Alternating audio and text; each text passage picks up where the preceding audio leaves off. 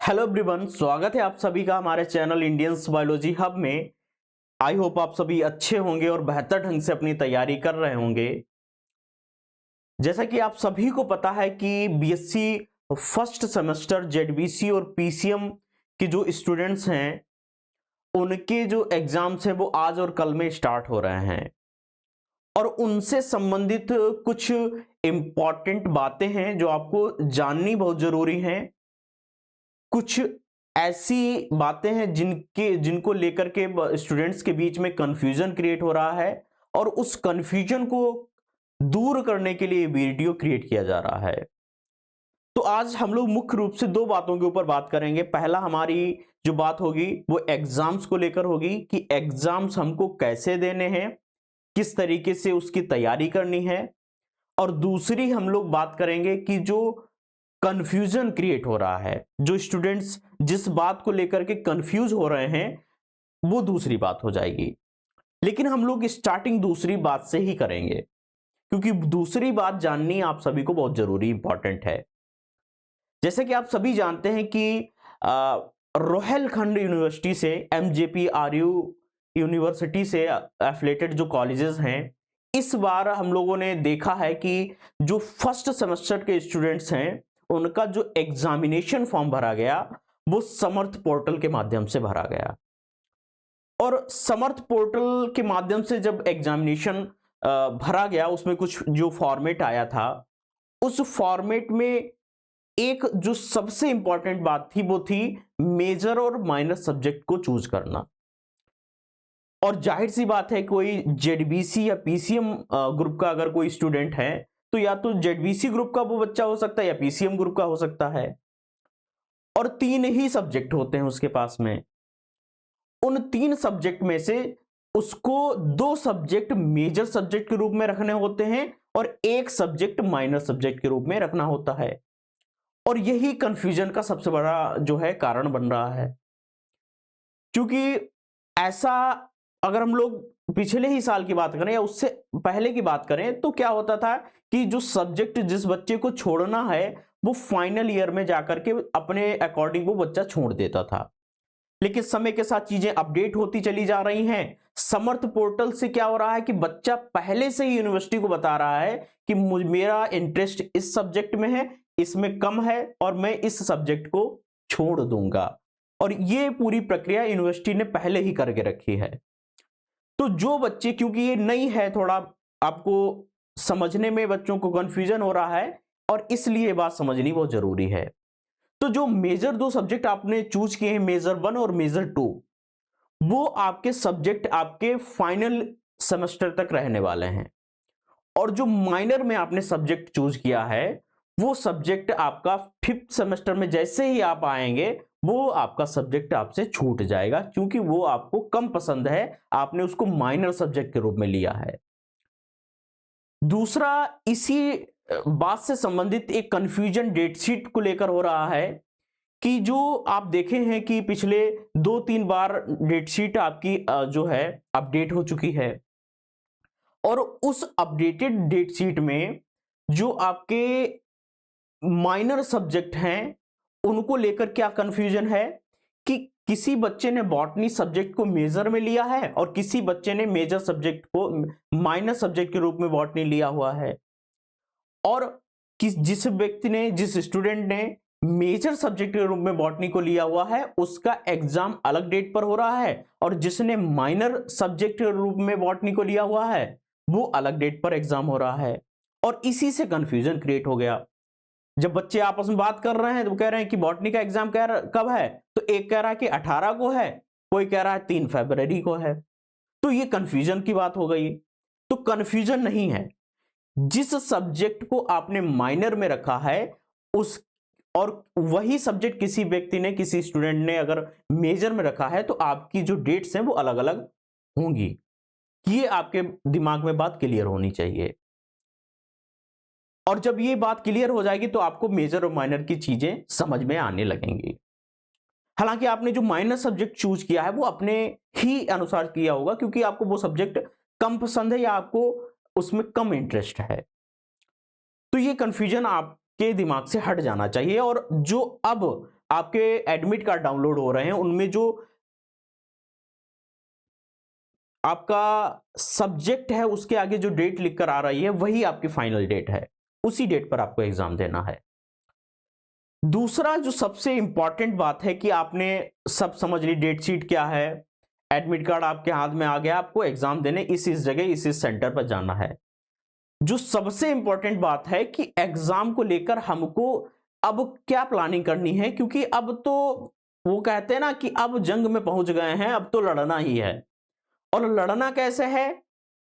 And time पर अगर आप चूक गए, अगर आखिरी वक्त में आप चूक गए तो फिर चूक ही गए, तो आखिरी वक्त में नहीं चूकना है। और आखिरी वक्त की तैयारी और स्ट्रेटजी बिल्कुल फुल प्रूफ होनी चाहिए, ऐसी होनी चाहिए कि वो काम आएगी ही आएगी। तो ऐसी स्ट्रेटजी अगर आपको बनानी है, ऐसी स्ट्रेटजी पर अगर आपको काम करना है, तो आपको क्या करना है? सबसे पहले हमारे टेलीग्राम चैनल पर जाकर के, जो हमारा टेलीग्राम चैनल है, वो उस टेलीग्राम चैनल पर इंडियंस बायोलॉजी हब नाम से जो टेलीग्राम चैनल है उस पर चले जाना है। और वहां पर जाकर के आप चेक करेंगे, कल सुबह आपको 2 पीडीएफ, अपडेटेड पीडीएफ मिल जाएंगी। और वो पीडीएफ ऐसी पीडीएफ होंगी जिनसे जो सबसे प्रिसाइज जो नोट्स होते हैं, प्रिसाइज जो टॉपिक्स होते हैं, जो पूछे ही जाते हैं, वो टॉपिक्स आपको वहां पर मिल जाएंगे। और वो ऐसे टॉपिक्स हैं, ऐसे शॉर्ट नोट हैं, ऐसे वेरी शॉर्ट नोट के टॉपिक्स हैं जो आपको पिछले कई सेमेस्टर्स में, कई सालों से पूछे जा रहे हैं, उनका सारा कलेक्टिव डाटा है। तो उन टॉपिक्स को, उन शॉर्ट नोट को, उन वेरी शॉर्ट नोट को समझ लेना है कि ये इस यूनिट से संबंधित है, ये इस यूनिट से संबंधित है, और सारी चीजें आपको वहां पर समझ करके एक अपनी अप्रोच बना लेनी है। और वो अप्रोच ऐसी होनी चाहिए कि वो बिल्कुल रामबाण की तरह काम ही आएगी। दूसरा क्या है कि जो एग्जाम्स में आप जा रहे हैं, जो नया बच्चा है, क्योंकि जब आप एकेडमिक पढ़ते हैं, 11th-12th में होते हैं, कॉपी को फिल करने का तरीका वहां पर थोड़ा अलग होता है। जब ग्रेजुएशन लेवल पर जाते हैं, अंडर ग्रेजुएट बीएससी करते हैं, तो आप देखते हैं कि वहां पर जो कॉपी होती है उसका फिलिंग का तरीका अलग होता है। और कई स्टूडेंट्स इसमें कंफ्यूज रहते हैं कि उनको फिल करने में लगभग 10-15 मिनट का समय चला जाता है। तो आपको एग्जाम सेंटर पर कम से कम 15 मिनट पहले, 20 मिनट पहले पहुंचना है, और अपनी कॉपी जिस टाइमिंग से आपका एग्जाम स्टार्ट होना है तब तक अपनी कॉपी बिल्कुल सही ढंग से फिल कर लेनी है। सही ढंग से फिल करने का मतलब आपका कॉलेज कोड क्या है, आपका जहां सेंटर कोड कहां गया, आपका जो सेंटर, उस सेंटर का कोड क्या है, एनरोलमेंट नंबर, जो आपका रोल नंबर है वो सही से भर लेना है। आपको जो पेपर कोड है वो आपके एडमिट कार्ड में दिया होता है, वो सारी चीजें कायदे से फिल कर लेनी है। और सारा का सारा जो कॉपी है वो कायदे से फिल करके आपको बिल्कुल तैयार बैठना है। और जैसे ही आपके एग्जाम का जो पेपर है वो आपके हाथ में आएगा, तब आपको एक बार एनालिसिस करना है कि आप कौन से टॉपिक्स जो बहुत अच्छी ढंग से कर पा रहे हैं। तो मैं समझता हूं कि अगर आप पहले लॉन्ग क्वेश्चंस को अगर हैंडल करेंगे तो ज्यादा बेहतर होगा, क्योंकि आपको एक लॉन्ग क्वेश्चन करना है, और उस एक लॉन्ग क्वेश्चन को आप चूज करेंगे तो आप बेहतर ढंग से कर भी पाएंगे वहां पर। तो आपको चूंकि 2 घंटे का समय है, उसी में long question, short note, very short note, सारी चीजें मैनेज करनी है। तो आप बहुत ही टाइमिंग का ध्यान रखते हुए, कितना समय मुझे लॉन्ग क्वेश्चन को देना है, शॉर्ट नोट को कितना समय देना है, वेरी शॉर्ट नोट को कितना समय देना है, ये सारी बातों पर ध्यान रखते हुए उस पेपर को सॉल्व करना है। खास करके अगर हम लोग लॉन्ग क्वेश्चन की बात करें तो लॉन्ग क्वेश्चन आपको 40 से 45 मिनट से ज्यादा नहीं देना है, मैक्सिमम बहुत ज्यादा हो जाए तो 50 मिनट।